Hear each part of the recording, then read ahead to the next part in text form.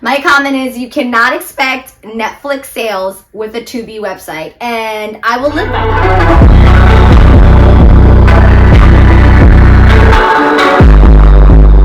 Channel. Today we're going to talk about 5 steps to starting your business, but what we're going to do is we're going to take a look at what ChatGPT thinks and what Google thinks. So first I want to start off by saying that I have started a brick and mortar, and I've also started a e-commerce business. My brick and mortar is no longer open, but my e-commerce, I'm still operating. So first what I did was I asked ChatGPT 5 steps to starting a business, and then I asked Google 5 steps to starting a business. And I also tweaked the questions and tailored them to brick and mortar, and I tailored it to e-commerce. We're basically going to compare AI to so both ChatGPT and Google definitely both agree that finances, marketing, business plan, location, legal structure, they threw out a lot of different ideas, right? And so I'm going to rank what I think is important from top. So first we're going to start with the most number one important aspect of starting a business. Now remember, this is universal. Whether you have a brick and mortar or whether you have an e-commerce, it's both pretty much the same. So first I want to start off with the most important.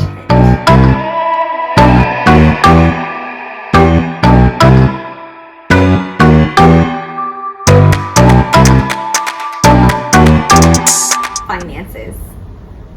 Your finances will either make you or break you, and that's totally up to you. It takes money to make money, period. So when you see all these YouTube videos and these Instagram influencers telling you that they basically made $1 million and spent $0, that's absolutely not true. You have to be able to spend money to make money. It's just the way the world works, right? You have to invest, and skin in the game in any business involves money. Yeah, it takes not a lot of money, not like hundreds of thousands of dollars, which in some cases it might. In some cases you might need $50 million to start your company because you have a company that requires softwares and technology that will take time, right? So finances are my number one thing. You need to have money.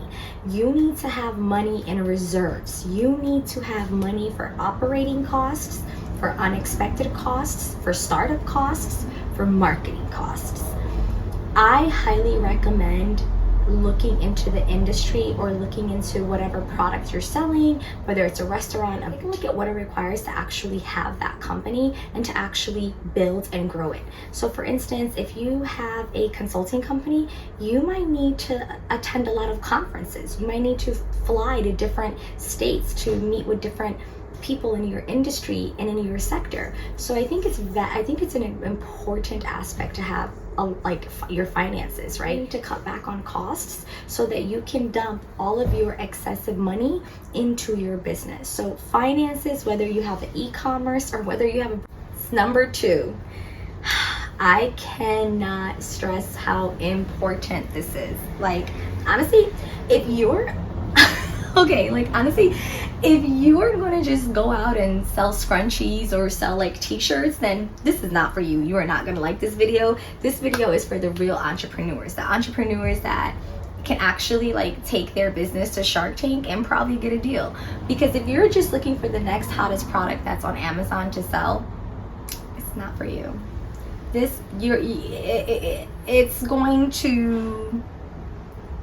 not going to be as satisfying, right?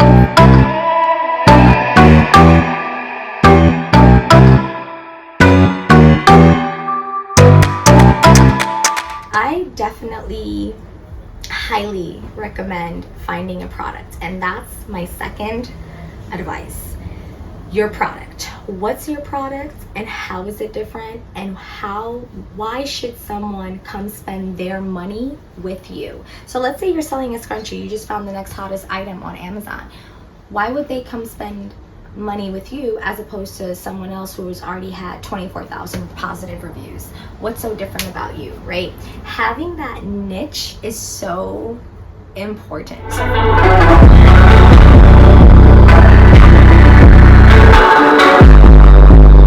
I didn't just have a coffee shop, for instance. I had an experience where we served personalized traditional Ethiopian coffee ceremonies. So even with my e-commerce, the personal coffee ceremonies come in a box to you with 30 days worth of coffee. It's such a niche type of business that's really, that you literally will not find a Buna box anywhere else.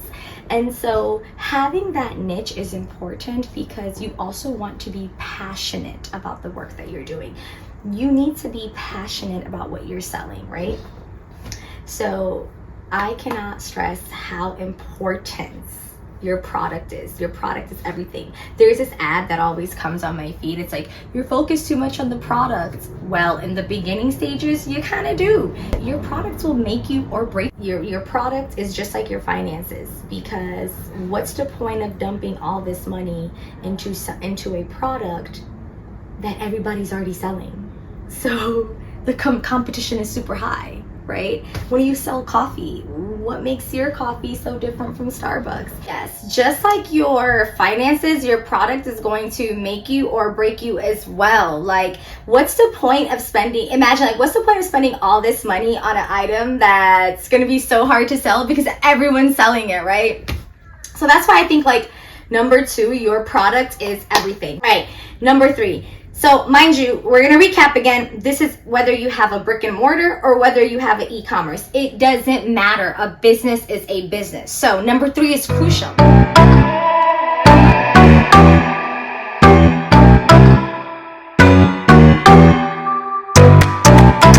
Number 3 is crucial because when I have my brick and mortar, I'm like, why would I need a website? Like, I'm already here. And then people are coming in like, what's your website? And I'm like, oh, I need that? Like, you have to have a website. I mean, it's just the way that 2023 goes, right? Whether you have a coffee shop that's a brick and mortar or whether you're selling it online, you need to have a website. You also need to have a great location for your brick and mortar. So number 3 is kind of like a 2-in-1, where your location is your website for your online business. So your website needs to be top tier. And I'm going to do a separate video on having a top tier website, because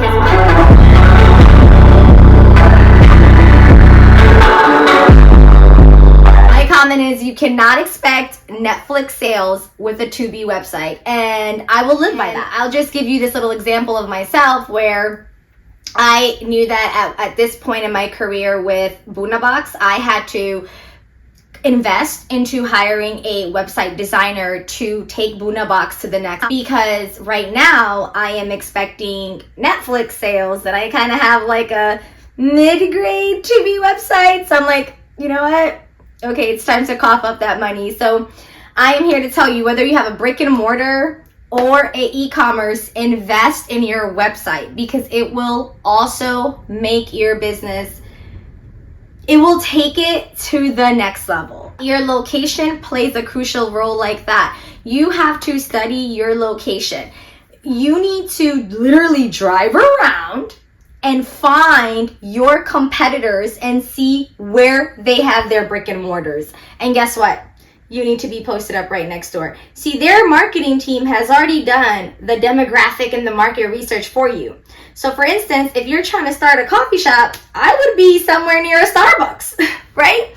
I do pop-ups for Bunabox. So I am literally 2 blocks west of a mom and pop coffee shop. So I'm right in the slapped up middle of Target and Whole Foods. So if you're by Whole Foods, you'll probably go to the mom and pop shop. But if you're by Target, you're going to come to me. And I like to study the market by looking at where my competitors are, right? So I learned this marketing trick at Chicago State University in my Business 101 class, where the professor taught us to study your competitors and their locations, and that's where you need to be. You don't want to be too close, like right next door, obviously, but you definitely want to be in that block or in that area, because they've already done the market research for you and they know that this location needs whatever business you have. Is number 3. That is number 3. Location and business go hand in hand. Do not sleep on it. If you have a restaurant, go get a website. People should be able to order online and come pick up. Carry out, delivery. It's all needed, right? So number 4, which is so cliche, and again, we're going in the orders that I believe is important, and yeah.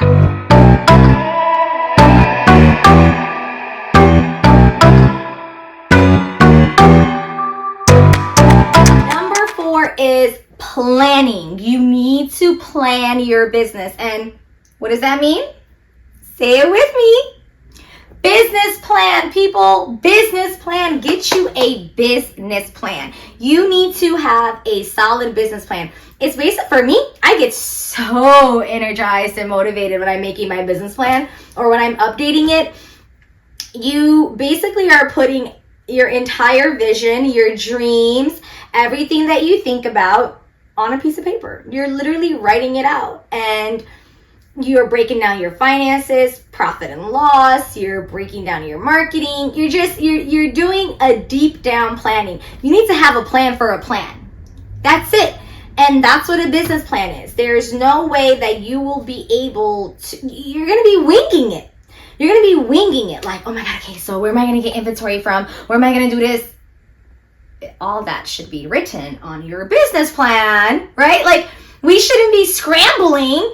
Oh my God, like, oh, I forgot how to do this recipe. And all your recipes should be on a separate attachment in your business plan. Please see page XYZ, right? And we can do a deeper dive on how to make a business plan and all that, but I do think that's pretty basic because like everyone talks about that right now. But if you do want me to, just let me know. Also, make sure you like, subscribe, comment. Let me know what topics you want me to talk about next in my coming up video. Like, you gotta plan it, you gotta keep planning, you gotta get your market research done. You have to plan. I cannot explain how important planning is, okay?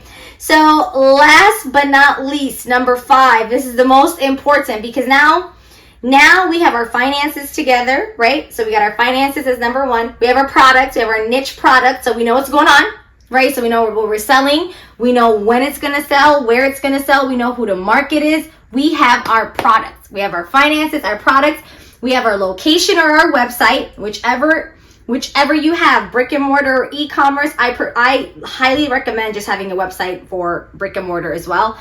Definitely recommend that, okay? So we have our location / website. Number 4, we have our business plan. Now we've written our vision down on paper. We have it laid out. So now we're ready to execute, right? So legal structure, all that good stuff is included in your business plan. So you kind of know like, okay, I need to go get incorporated, or I'm operating as a sole proprietor. So last but not least,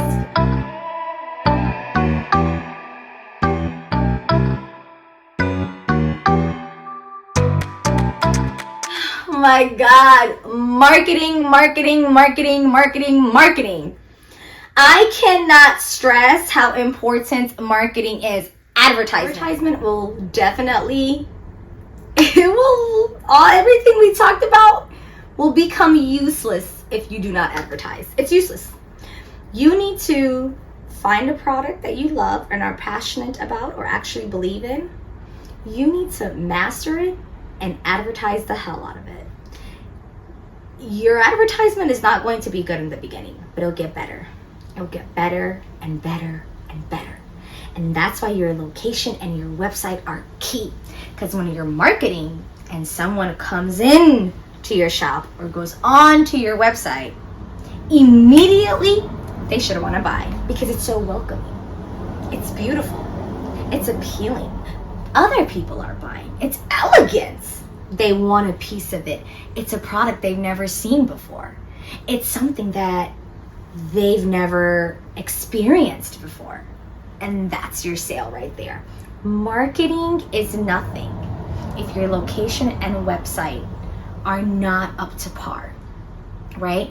People want to feel elegant. They want to feel like they have something of status nowadays. And when you present caviar on a silver platter, it's sellable. When you present caviar on a trash bin, it's not as sellable, right? So marketing is key, and I specifically made it last because if you have your finances in order, your product in order, your website is up, like just beyond amazing. Your location is great. The inside is beautiful. You have your business plan. You have all your legal information down packed. That's it. Now it's time to let the world know what you have to offer. And it's time to let the world know to come shop with you because you're different. You offer an experience that no one else does. So those are my top 5 suggestions on how to start your business, whether it's a brick and mortar or whether it's an e-commerce, because we know that the only differentiator between both is what? You either have a physical location or you have a virtual location. That's it. Nothing else is different. You still have to pay taxes. You still need a business license. You still need all your permitting. You still need the same things that you would need with a brick and mortar, right? So the only differentiator between a brick and mortar and an e-commerce is your location, your physical location and your virtual location. And like I said, I have learned from my brick and mortar that even if I don't have an online store, I need to have a website. Whether I have a restaurant, a coffee shop, a boutique store, a shoe store, doesn't matter. I need to have a website because that is the road that we are going on. AI is taking over, technology is advancing, and people just love to be online. People love to scroll. Give them something to watch. So thanks for watching, and like, subscribe, and follow, and stay tuned for our next topic.